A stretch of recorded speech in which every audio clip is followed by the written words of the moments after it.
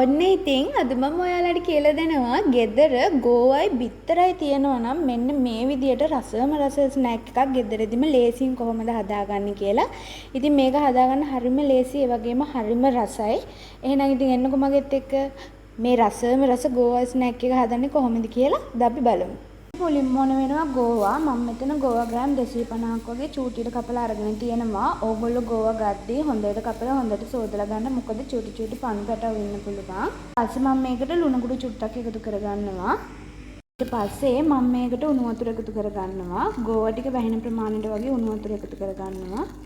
දැන් මම මේ ගෝවා එක පියනකින් වහලා විනාඩි 15ක් විතර මේක හොඳට තඹ ගන්නවා. ගෝවා ටික තැම්බෙන අතරතුරේ මම මේ පෑන් එකක් ලිපේ තියලා පොල් තෙල් චුට්ටක් එකතු කරගන්නවා. රත් වේගනේදී මම එකතු කරගන්නවා චූටියට කපාගත්ත සුදු ලුණු ටිකක්. මම මෙතන සුදු ලුණු බිස් 5ක් 6ක් වගේ අරගෙන තියෙනවා.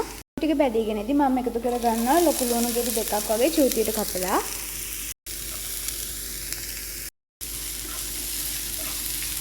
ලිපේ ගින්දර අඩු කරලා තමයි අපි මේක බැද ගන්න ඕනේ. අපේ ලුණු ටිකයි සුදු ලුණු ටිකයි මෙන්න මේ විදිහට බැදුනට පස්සේ අපි දැන් මේක ලිපෙන් අයින් කරලා නිවෙන්න තියාගමු. ඔන්න ඉතින් මේ තියෙන්නේ අපි විනාඩි 10ක් 15ක් විතර දැම්මෙන්න තියාගත්ත අපේ ගෝවා එක. අපි දැන් මේකේ වතුර ටික පෙරලා අයින් කරගමු.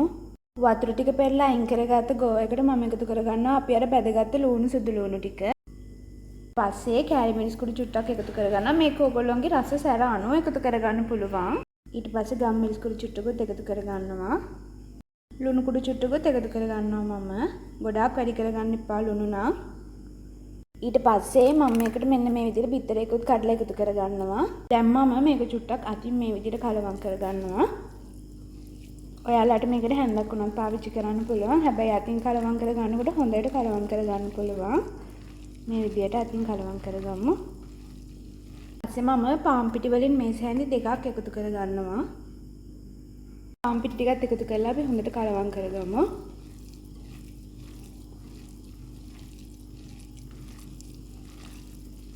දැන් අපි හදාගත්ත ගෝවා මිශ්‍රණය මෙන්න මේ වගේ ප්‍රමාණයක් අරගෙන මෙන්න මේ විදිහට හදා ගන්න ඕනේ.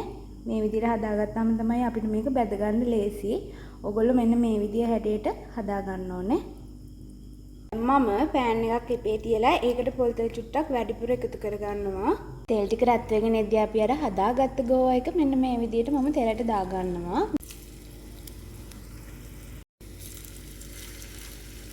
මෙන්න මේ විදිහේ golden brown color එකක් වෙනකන් තමයි අපි බැද ගන්න ඕනේ. ගොඩාක් කර කරගන්න එපා ඕගොල්ලෝ. අපිට ඔන්න ඉතින් දැන් අපේ ගෝවා ටික හොඳට දෙපැත්තම බැදිලා තියෙන්නේ. අපි දැන් මේක ලිපෙන් අයින් කරගෙන මේ ටික ඔක්කොම අපිට දැන් මේ විදිහට බැද ගන්න තමයි තියෙන්නේ. අපිට දැන් තියෙන්නේ මේ ටිකත් අර විදිහටම golden brown color එකක් වෙනකන් බැද ගන්න.